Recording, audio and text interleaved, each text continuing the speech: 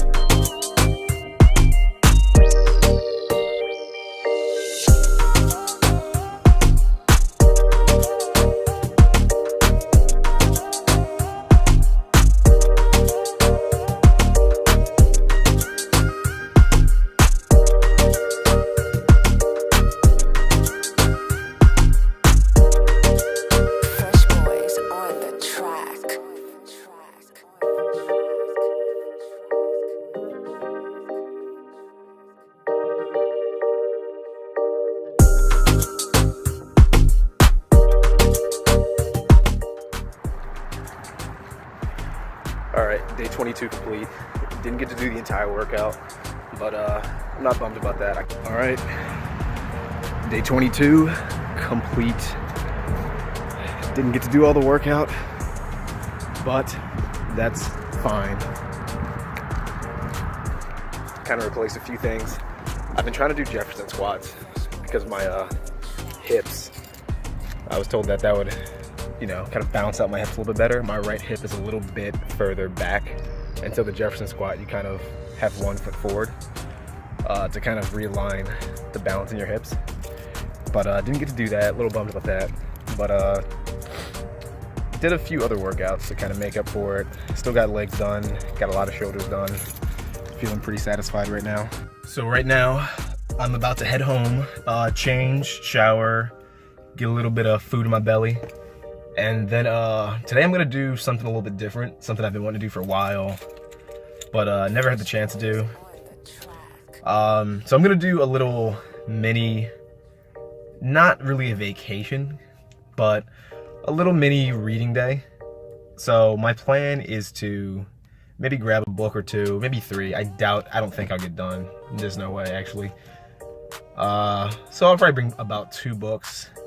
And I'm gonna go to George Washington University just to see how it looks. You know, it's not as nice of a day as I thought it'd be. I thought it'd be a lot sunnier, and it's actually pretty crappy out today. It's kind of gloomy. The sky's not that bad, but I sense it might rain, or at the very least be a bit windy. But you know, I still want to visit, just kind of walk around, find a little place that's kind of chill, and just read a little bit. You know, one of my goals since I've come to Virginia is to kind of explore, see some cool areas. I didn't really do that. I'm from PA. I didn't really get to do that in PA. And, you know, I regret that a little bit. Not that I can't go back and always explore. That's always a possibility. That's actually something I'll do most likely in the near future. But, yeah, I heard Virginia had some really nice areas. So I figured, you know, why not travel a little bit locally, just see the sights, find a little place, read a little bit, get some reading done. I wasn't gonna do any work at all besides that. I'm trying to take it a little bit easy. Admittedly, I'm a bit of a workaholic. I like to work all day long for the most part and not take too many breaks in between, which I don't mind. I think for the most part, it kind of fuels me, keeps me motivated, keeps me happy. But I do think after a while of doing that, I kind of get burnt out and I kind of lose some motivation for a few days, which is kind of counterproductive.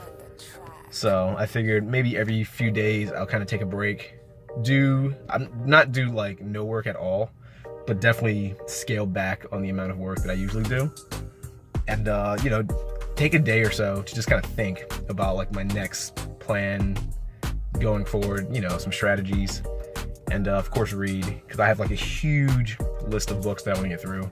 And there's a lot of cool books that I keep seeing, and yeah, it kind of bums me out because I want to be able to read faster so I can just get through a book and move on to the next one and keep learning new things. But anyway, enough of me rambling. We're gonna go back, we're gonna take care of that stuff, shower, eat. I'm gonna try to be fast about it, change, and I'm gonna get going because I'm way behind schedule as it is. I woke up a little bit late today. I've been kind of slacking off on my early wake up schedule. So we're gonna take care of that, and I will see you soon. All right, so I'm all changed, all showered, all ready to go. About to take a drive out here to George Washington University first, then maybe the library in Ashburn, and probably just kind of explore a little bit, kind of wander around, see what happens, you know, enjoy the day. But yeah, so I've been trying to, my goal is to read a book, at least a book a week, and I kind of slacked off in the past week and a half, so I'm trying to come back super strong and get a lot of reading done. So today's gonna be my kind of reading day, where I'm just gonna take pretty much a whole day and for the most part just read, just get as much of this book done. So right now I'm reading Fast Food Nation. It's a pretty good book. So far it's been going over the history of fast food. Right now it's kind of focusing on Ray Kroc and McDonald's, Walt Disney, Disney World, and just kind of how the evolution of the fast food industry has affected society here in America. It's pretty interesting, actually. It's somewhat dark because it shows the tactics that some of these fast food companies use to advertise their food. Some of it's including the kind of just the way how the food's processed to make it cheap. You know, of course, that makes it unhealthy. That's kind of the trade-off. It's super cheap, super convenient, but very unhealthy at the same time. Yeah.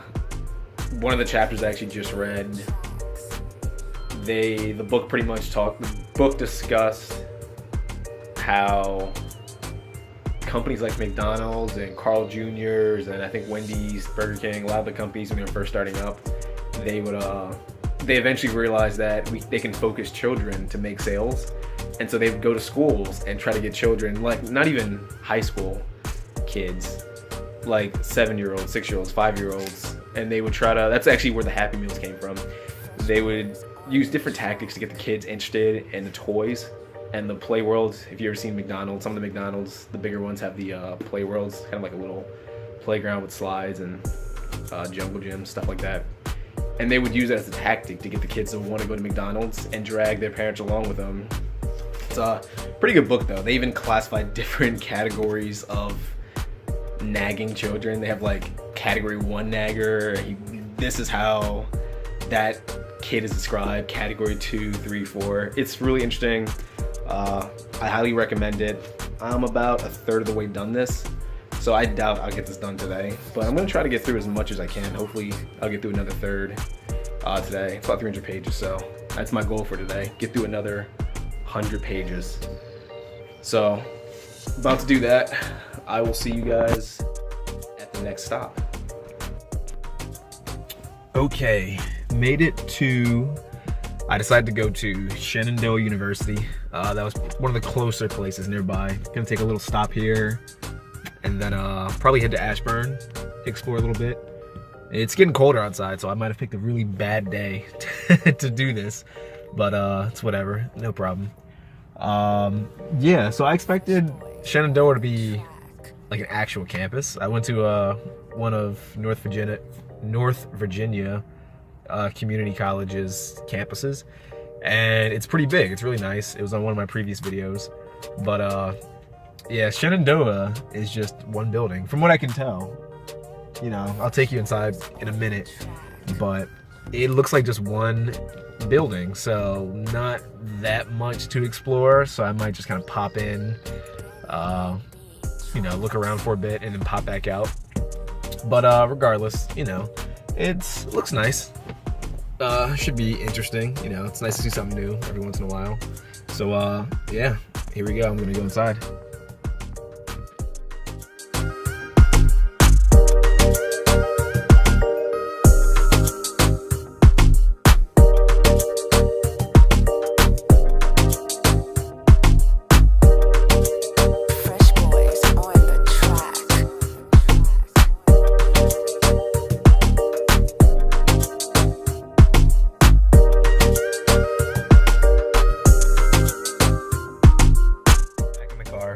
That wasn't very eventful.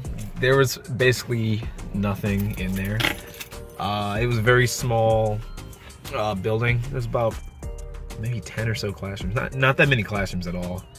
There was barely even there was like a little student area and one section to kind of walk around, but nothing at all, worth sitting around for. So I think my next stop, I'm gonna head to Ashburn, probably check out their library.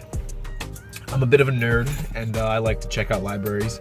So I hear Ashburn has a pretty nice library, so I'll check that out.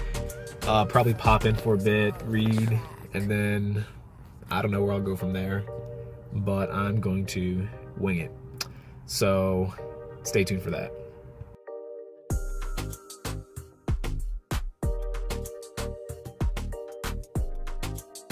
Just got done at the library. I'd like to go to this place called The Blend Coffee Bar. Check it out. Grab a cup of coffee, getting kind of tired. So let's see how it turns out.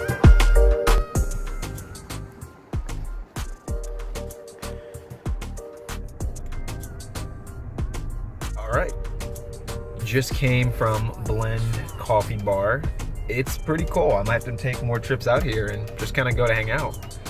Nice little atmosphere, kind of what you would expect from a little kind of hipster coffee shop. Apparently I'm a hipster, so my type of people. But got this cool little cold brew coffee. It's actually really good. So I'm not a big coffee connoisseur or anything, so I'm not super picky about coffee. But I enjoy the taste. I enjoy good coffee every now and then, which for me is every day. But yeah, it's pretty good. So I think what I might do, it's about 5 o'clock. I'm contemplating if I want to go home or not, or if I want to stay out, maybe go to Barnes & Nobles or something. But yeah, who knows? I'm just gonna wing it like I usually do. Wherever I go next, I'll see you there. A few moments later. All right, made it to One Loudon, which is where the Barnes & Nobles is that I'm gonna go into. Probably not gonna stay there that long. Just gonna go in for a little bit, do some more reading, still my reading day, and head back home and probably end it there. But just want to keep you guys updated on the recent events. So I did go to that real estate investing thing, whatever you want to call it, after I talked to that guy who was supposedly an investor. And so I got there, and it was kind of a seminar, a little bit. It was a good amount of learning. They did teach some things, I guess. He said some things that were interesting and thought-provoking, and, stuff about taxes and the different tax write-offs you can have as a LLC, which is useful information. It's good to know. But I was a little bit disappointed, to be honest. I thought it'd be, I don't know why, maybe I was being a little bit overzealous about it, but I figured it'd be more of a situation where you could come in and they would help mentor you and train you, and they promised to pay too, which would have been an all-around good deal, which is why I should have realized that was too good to be true. So I got there.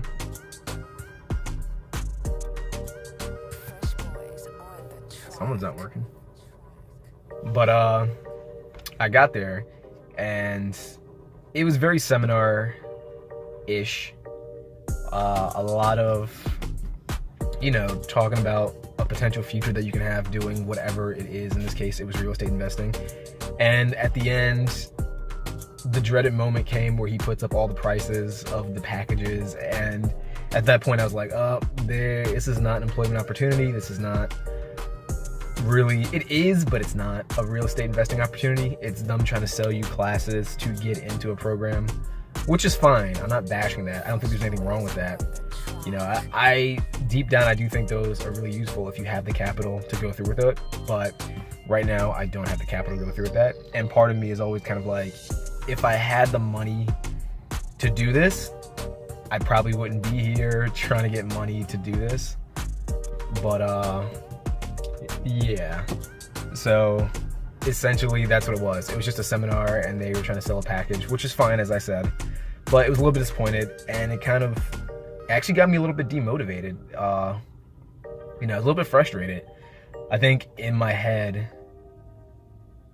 I feel like I'm doing not always super productive work, but I do think that my work is productive to an extent. And so you kind of hope sometimes that you get like a breakthrough or something, an opportunity pops up that could help escalate you to the next level. And I thought that real estate investing, little whatever I thought it would be, was going to be that opportunity that I've been looking for, and it wasn't. It was just another kind of class to sell me something, which again, as I've said twice already or so, that's fine. You know, I'm not faulting the class. It's probably a really good class, and it probably does make really good real estate investors. The only problem is that I was kind of enticed by the opportunity of making money and doing the real estate investing. And I think when the gentleman speaking, offered prices and showed that it was just a class, that kind of threw me off, and that kind of pushed me away from it. You know, even if it was like an opportunity to do real estate investing and there was no payment and it was just use your own money and they'll try to help you figure out how to get capital that way, that wouldn't even be so bad. Kind of like a free mentorship thing. But it was essentially paid mentorship for a program that I'm not too sure is actually worthwhile. I did do research on it after I left the seminar, and I've heard mixed reviews. More reviews were negative than positive, although I'm not going to say that the group itself that's doing the classes are at fault. You know, I've heard a lot about different people complaining about different programs that are paid for. And I think when it comes down to it, I think when people pay for something, they assume it'll be easy from that point on. They kind of think it's like a get-rich-quick thing. And for some of these classes, you know, I'll look at them and I'm like, oh, you'll learn stuff quicker and you'll have mentorship and people to help educate you and get you through that. But at the end of the day, it's you doing the work and it's you putting in the effort. And it's you taking whatever skills that you learn from those courses and applying them efficiently. And just because you pay $1,000 or more doesn't mean that you'll just get the knowledge, you know, in your brain. You have to actually put the work in. So at no time am I faulting these classes or these seminars or whatever. You know, they need to make money. And to be honest, if one were to go through the classes and, you know, learn the skills and execute it correctly, then $1,000 for a real estate class that can pay you exponentially more than that, you know, that's not a bad investment at all. That's an excellent investment. You know, the only problem is that I just don't have that kind of money to just put out without knowing if I'll get any return, essentially. You know, if I had a few $1,000s just kind of like laying around, I'd be like, oh yeah, sure, I'll pay for this class. And, you know, I'll take these classes for a while. And then even if it was a bad class or if it didn't work out well, it would be not that big of a deal because I still have money left over. But yeah, right now that wasn't the case. So that was frustrating, but I'm kind of back. I'm starting to kind of get my motivation back. And so I think what I'll do, one of my goals was to do a lot of seminars, but they all end up being more or less the same, where they just kind of sell you stuff. So I'm going to scale back on the seminars. There are some that the library near me has, and they're more like workshops. They're not necessarily seminars with the intent, from what it seems at least, with the intent to show you any products or any classes. It seems like a one-time, come to this workshop, learn a new skill, or at least start to learn a skill, and then you leave with that, and that's it. And there might be a follow-up at some point, but that seems to be the extent of it. So I'm gonna go to those. Definitely not gonna go to these seminars for a while. Another thing too was that the seminar was about an hour and a half away. there and back with traffic, which is frustrating because Virginia is not the nicest when it comes to traffic. The people in Virginia and Maryland kind of, no offense to the people individually, but they kind of drive like maniacs sometimes. So, yeah, that's not too fun if you have to drive in that for an hour and a half, you know, each way, you know, about like 3 hours total. It's not too fun. But yeah, so that's it. That's the update. You know, hopefully in the future there will be an opportunity, a nice breakthrough. That'd be awesome. But as of now, I guess I'll just have to keep grinding it out like I've been doing. So, about to head into this Barnes & Noble's. My goal actually is to find a very small book and just kind of read through all of it, just to learn something new. Kind of make a check mark on my goal to read a book a week. Recently, actually, on my website, I'll put a link to it in the description. I wrote an article about how to keep motivating yourself. Oddly enough, as I'm kind of getting my motivation back. But yeah, so when I wrote the article, I'm just gonna run through it real quick. You can read the article, as I said, in this link below. But essentially, what the research I've done entails, or you know, what it describes, is that to keep giving yourself motivation, a big component of that is creating small wins. You got to keep winning, because what happens if you do something and you lose motivation. And actually, biologically, there's dendrites that kind of pass on different neurotransmitters, you know, like dopamine. And what happens is each time you lose, the dendrites kind of fall off, so to speak. Not literally fall off, but we'll say fall off. And that essentially makes it harder to find motivation. You have less ambition over the long run. And so, from what the research I've done, you know, tells me, what people should do is seek out the small wins. If you want to make a task, don't go too big, because you'll set yourself up for failure. You'll lose because most likely you won't be able to accomplish a huge goal right off the bat. And you'll be discouraged, and you'll kind of hurt yourself. So even like with reading, you know, people say, sometimes I read a lot and people ask me, oh, how do you read so much? Or if I want to start the habit of reading, what should I do? And my thing is, start small. Read a really small book. Read a book that's like 50 pages or so. Finish it in a week, or however long you set your goal. My original goal when I first started reading was about a book a month. I think that's plenty of time to read a book. I'm not going to do the math. But in about 30 days, you know, if an average book has about 200 pages or so, you do the math. You only need to read X amount of pages a day, probably like 20 something. I know that math's probably way off, but you get the point. You know what I mean? You don't have to read that much each day to get that 1 month goal.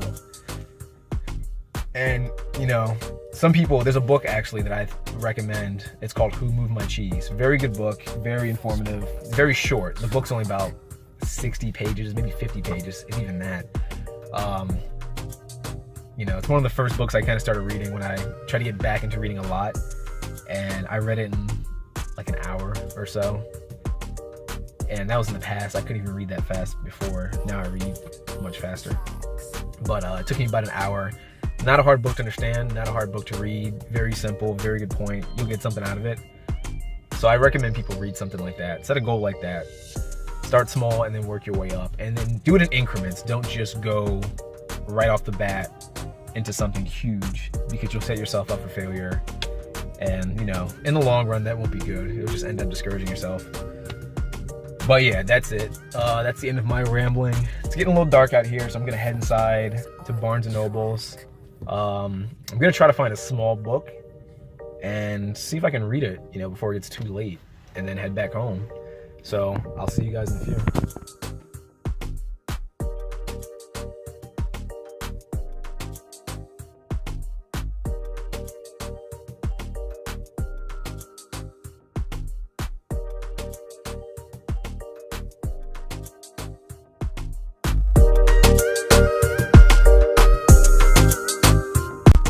Back home, got done some reading. Actually managed to read 2 books at Barnes & Noble's. Managing Oneself by Peter Drucker, and the other one, I forget the name of it.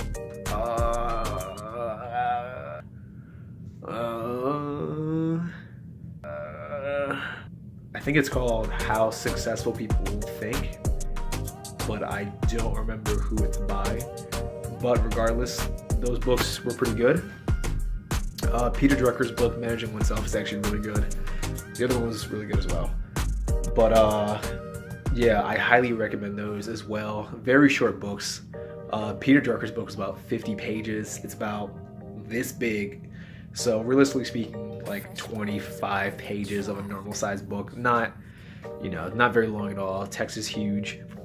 So pretty easy read. You can get done that in about an hour or so. And the other book was more or less the same. It was a bit longer. It was about 120 something pages, but about the same size. Not very big. Probably about this big. Fresh boys on the track. Yeah, highly recommend those. Definitely get a good insight. Choosing a career, kind of determining your learning style, how you should approach things. It just varies on their insights that I think are useful. But on that note, I'm going to end the vlog here. I think overall it's a very successful day. We got a good note. Just a bunch of reading, but it was productive.